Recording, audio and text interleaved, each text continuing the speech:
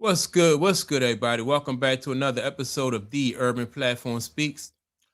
Make sure to like and subscribe as you tune in and you check out the channel and the content. And with that being said, man, I want to talk about Ja Morant uh, and his situation. And with this offseason, right, everybody's talking about LeBron James, where LeBron James is going at, where he's going to right next, what would be his next destination, whether he'll stay in LA or is he going to Cleveland or maybe even Golden State, right? But people are also talking about like Ja Morant and his future. And with LeBron James being older, that's understandable. You know what I mean? Like LeBron James is coming down towards the tail end of his career. So you expect that from, an older player to be in that situation. And Ja Morant, though, is with all the talent that he had, he should be right now in a position where he's chasing a ring. But instead of chasing a ring, Ja Morant is in a position where he's not even sure if in a couple years he will even still be in the league. And to me, this situation is very sad. And it's like this opportunity that Ja Morant has been given, he blew it. He didn't take advantage of it.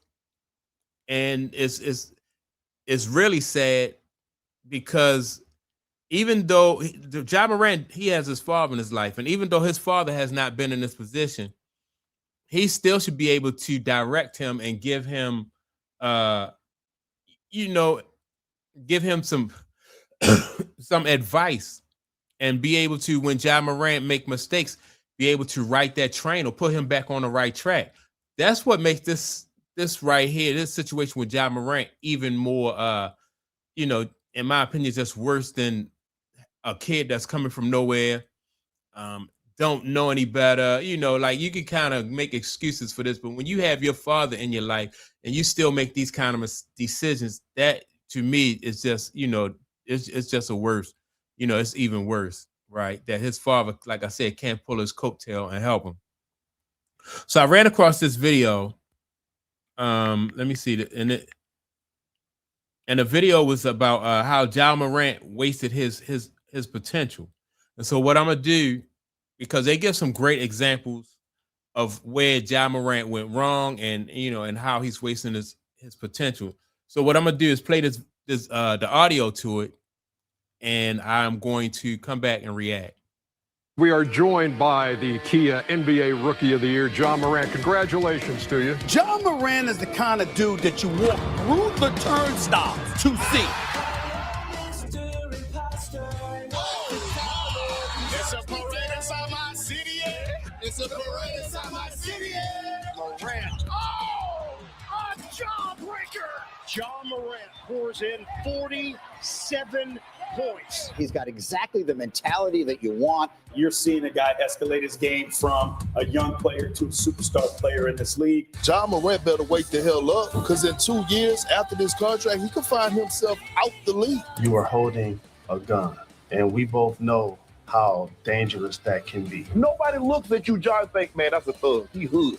You not. Stop pretending. We're talking about former Rookie of the Year, all NBA player, all-stars, a guy that was on the verge of being the face of the league, and a team can't trade you. Nobody wants you. Leaves it, give it right back. Morant. Oh, my goodness. Do you remember the 2019 NBA draft? It was hyped up by many fans as being the draft of the century that would usher in a plethora of elite talent, headlined by the top two prospects, Zion Williamson and Ja Morant. Fast forward to the present though, and these two are laughingstocks. Zion's been more busy having sex with freakish Instagram models and shoving food down his throat than actually focusing on his career. If Zion fell victim to the sin of lust, then Ja Morant fell victim to the sin of pride. He believed that he was untouchable, so he behaved in reckless ways that ultimately doomed both him and the Memphis Grizzlies. He's been suspended for more total games than he's played in the playoffs. It was easy to ignore Ja's immaturity when the team was winning and he was putting up all-star numbers. But now that he's just had a career worst year and the Grizzlies tanked, all eyes are on 12. Just a few years ago, this Grizzlies squad was going toe-to-toe with the champion Warriors. Now, they're an afterthought in the Western Conference. Yeah, man. I just think that like things just spiral out of control real fast for Ja Morant and the Grizzlies. Part of the reason why is because Ja Morant just lost focus. After his rookie season, like, you know, people was talking about, well, Ja Morant can't shoot, right? And during that offseason, I remember Ja Morant, you know, they said he went and worked on his shot. And so he came back that next year, and I was like, oh, that's a good sign. You know, Ja Morant, he got in the gym, he worked on his shot, he made his jump shot a little bit more respectable. Whereas though you can't, you got to go out there and play him, because if you leave him open, he's going to hit that jumper, right? And so I thought that was a good sign. But then he started getting in trouble. He missed games because of injuries. And at one point in time, before this last season started, they said that Ja Morant had spent 50% of his time either on suspension or out due to injury, and the other 50% he played, right? So he missed half the games because of suspension and injuries throughout his career, which is not good. So now the guy also said that because of pride, like I said, where does his father, where does Ja Morant's father come in, even though you have not been there? Like there's a saying that like act like you've been there before, right? Which means that, you know, no matter where you go or what situation you find yourself in, at least carry yourself with some type of respect, and pride. Have some pride in yourself, where as though you don't want to make yourself look bad, your family look bad, and you know, the NBA and the team that you're playing for, you know. So he didn't have any of that. He don't care about anybody but Ja Morant. Morant has been lapped by his peers like Shea, Edwards, and Halliburton. In the last 3 seasons, he's progressed little and achieved nothing as a player. At age 26, when he has a good game, the announcers say he's turning back the clock like he's some washed 35-year-old. Where the hell did it all go wrong? Maybe part of the reason Ja's handled the spotlight so poorly is because he never expected it. He came out of nowhere. Ja was only discovered because a Murray State assistant coach went to grab a bag of chips at AAU camp and happened to see him dominating a 3-on-3 game. Then Murray State's head coach watched Morant practice the following day and offered him a full-ride scholarship on the spot. In 2017, he was unranked and completely unknown. By 2019, he was top 2 in the entire nation thanks to his explosive sophomore season that saw him average 24 and 10. Once the draft rolled around, Ja was the clear-cut number 2 prospect in the class, ranked only behind prodigy Zion Williamson. The Memphis Grizzlies selected him with the 2nd pick. Ja had done the unthinkable. He had gone from a nobody to the cornerstone of an NBA franchise in just a few years. That was a crazy come up, you know, like the guy said, from being, you know, like, no, he wasn't even on people's radar. The next thing you know, he's playing for Murray State, you know, and the rest is history. Then you get drafted. You know, I remember seeing those videotapes of not Ja Morant, but Zion. When Zion was in high school, you know, they had all these mixtapes with Zion. And this was even before Zion went to Duke. So people were aware of Zion, but Ja came out of nowhere.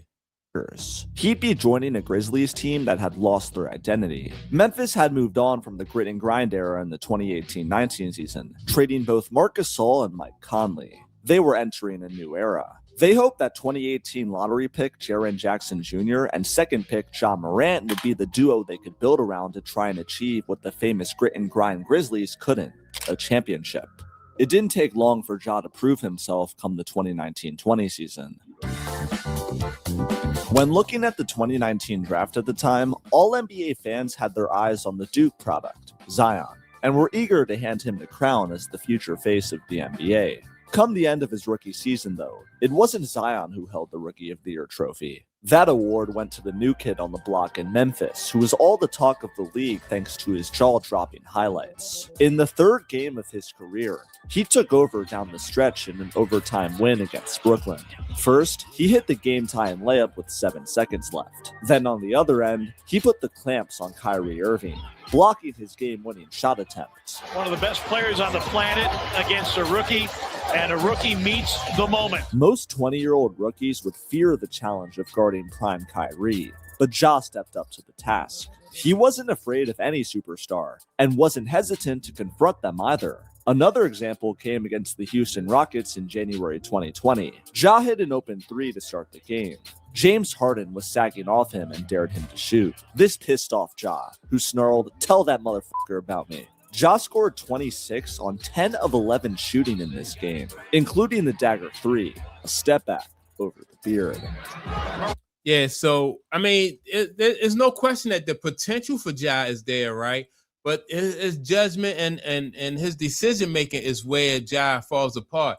Now, the thing is, like, I don't know, like, if when he got that money, man, and, you know, that money, it won't last forever. And I know people, you know, he make a lot of money, but that money is not going to last forever. And especially if you have somebody like Ja Morant, whose decision making is not really all that good. So if he's making poor decisions already, just imagine, you know, his judgment when it comes to business is not going to be that good either. Next thing you know, you're going to be hearing about Ja Morant is broke and all this other stuff, right?